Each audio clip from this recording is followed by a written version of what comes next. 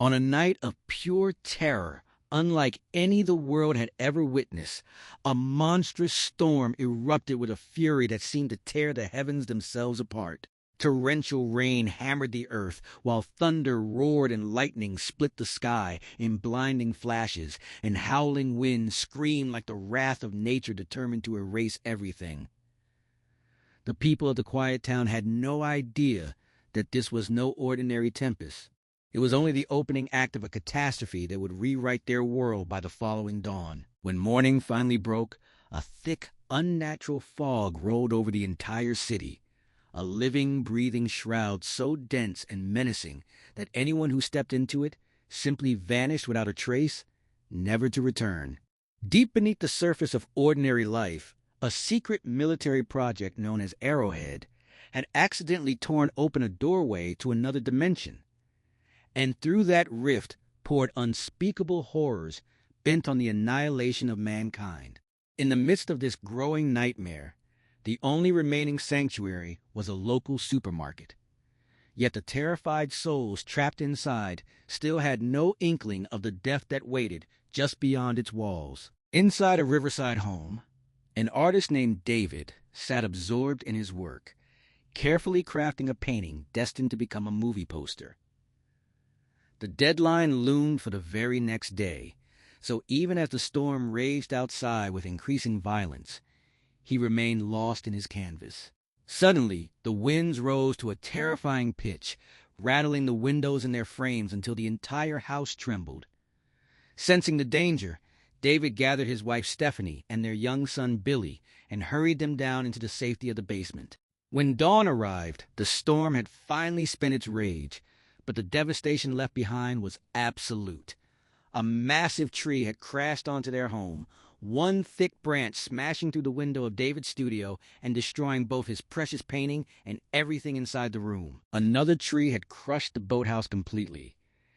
Yet amid the wreckage, David felt a profound relief that his family had survived unharmed. Then his eyes were drawn to the river, where an eerie, impossibly dense cloud of fog was gathering in a way that defied all natural explanation. David first dismissed the strange fog as a lingering effect of the heavy rains. Yet something about the way it clung low over the water felt deeply wrong. Still, his anger quickly overshadowed any curiosity. For years he had begged his neighbor Norton to cut down a dead tree standing on Norton's property, and now that same tree had toppled and destroyed David's boathouse. Seething, he stormed over to confront the man. Upon arrival, he discovered Norton equally furious, for another fallen tree had completely flattened Norton's car. The shared misfortune cooled David's temper slightly, and he offered a few words of sympathy before turning to leave. Norton then asked if David was heading to the supermarket and whether he might hitch a ride. David agreed. A short while later, list of supplies in hand, David set out with his son Billy and Norton. Along the road, they watched military vehicles and soldiers racing past at high speed.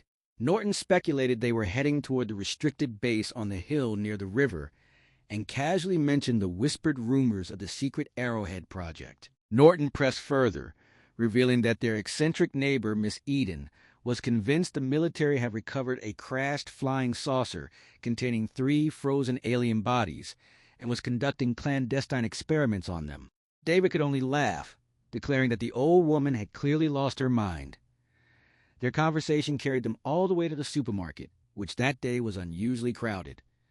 The storm had knocked out power and phone lines across the small town, leaving everyone restless and on edge. Inside the store, David unexpectedly ran into Aaron, Billy's schoolteacher.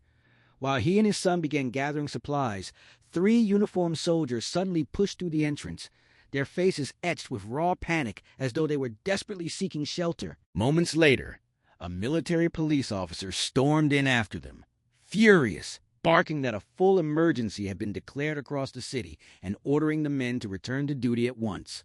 The soldiers protested that they were on leave, but the officer refused to listen, declaring he was only stepping next door to the medical shop and expected to find them waiting in the Jeep when he returned. David watched the tense exchange in silence. Then, without warning, air raid sirens began to wail across the entire town. Every person inside the supermarket rushed toward the windows, staring out in growing dread. An unnatural silence had fallen over the streets. Suddenly, an old man came stumbling through the doors, blood streaming from his nose, his eyes wild with terror. Between gasps, he cried that something was moving inside the thick fog, that it had already killed his friend, and that he had barely escaped with his life. The moment the words left his mouth, the dense mist surged forward, swallowing the entire area in seconds. One panicked man bolted for his car, but the fog overtook him before he could reach the door. A single agonized scream tore through the air and then cut off abruptly. In pure instinct, the people inside slammed and locked every entrance. Within moments, the supermarket was completely encircled by the impenetrable gray wall, and nothing beyond the glass remained visible. Confusion and fear rippled through the trapped crowd. Some whispered that a chemical plant must have exploded, releasing a toxic cloud. Then the ground itself began to tremble violently, as though an earthquake had struck. Everyone dropped low. David pulled Billy tightly against his chest, shielding the boy with his own body. After several endless seconds, the shaking ceased, leaving only a heavy, waiting silence.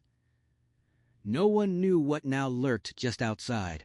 In the midst of the tension, a woman named Mrs. Carmody suddenly rose and began loudly reciting passages from the Bible, proclaiming that the end of the world had arrived and that God was punishing humanity for its sins. The store manager quickly ordered everyone to remain calm and forbade anyone from attempting to leave until the fog lifted. But a desperate mother, tears streaming down her face, insisted that her children were alone at home and that she had to reach them no matter the cost. Despite the pleas of those around her, she pushed past them and walked alone into the waiting mist, vanishing from sight. Long minutes stretched into an uneasy eternity, while the deadly fog remained as thick and motionless as ever. Inside the supermarket, the atmosphere grew heavier with dread. David, still worried about Stephanie, who had stayed behind at home, sat with Billy, the boys' teacher Aaron, and a few others in a quieter corner of the store. Aaron introduced him to another teacher named Amanda. The assistant manager, Ollie, approached and asked after Billy's well-being. When David requested a blanket for the child, Ollie directed him toward the loading dock at the rear of the building, where extra supplies were kept. Leaving Billy in Aaron's care, David made his way to the back. There he discovered the emergency generator running dangerously hot, thick smoke already pouring from its housing. Without hesitation, he shut the machine down, plunging that section of the store into darkness. As David turned to report the generator problem to Ollie, a strange, heavy sound reached him from outside the closed loading bay shutter. He glanced back and saw the metal door shuddering under tremendous force. Something enormous on the other side was trying to smash its way in. Terror seized him. He fled back to the main floor and urgently described what he had witnessed. Ollie immediately gathered 2 mechanics and a young store clerk and returned with David to the loading dock.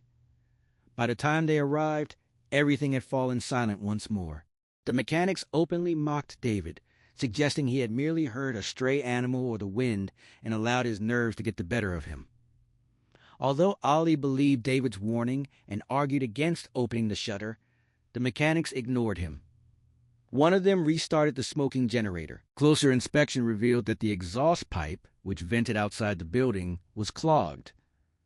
Someone would have to step beyond the shutter to clear it. The young clerk volunteered to go outside and clear the pipe. David instantly blocked him, insisting that whatever waited in the fog would enter the moment the shutter rose. The mechanics only laughed harder, convinced David was overreacting out of pure cowardice. One of them hit the automatic control, raising the heavy metal door just a few feet. In that same instant, a massive whip-like tentacle shot through the gap with terrifying speed.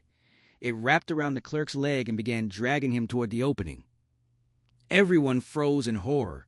David lunged forward, seizing the young man and fighting to pull him free, but more tentacles surged inside. The appendages were lined with razor-sharp barbs that sliced deep into flesh. David shouted for help, yet the 2 mechanics stood paralyzed by fear, unable to move. Ollie finally snatched up a nearby axe and rushed forward.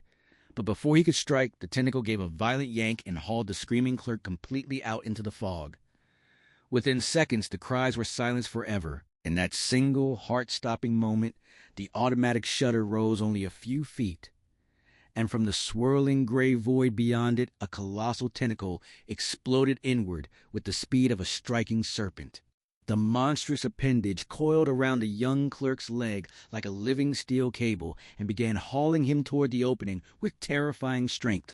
Panic detonated through the loading dock as more tentacles flooded through the gap, each one studded with rows of razor-sharp barbs that sliced deep into flesh and muscle. David threw himself forward, locking both arms around the screaming boy and fighting with every ounce of strength to pull him back. Yet the creature's pull was unstoppable.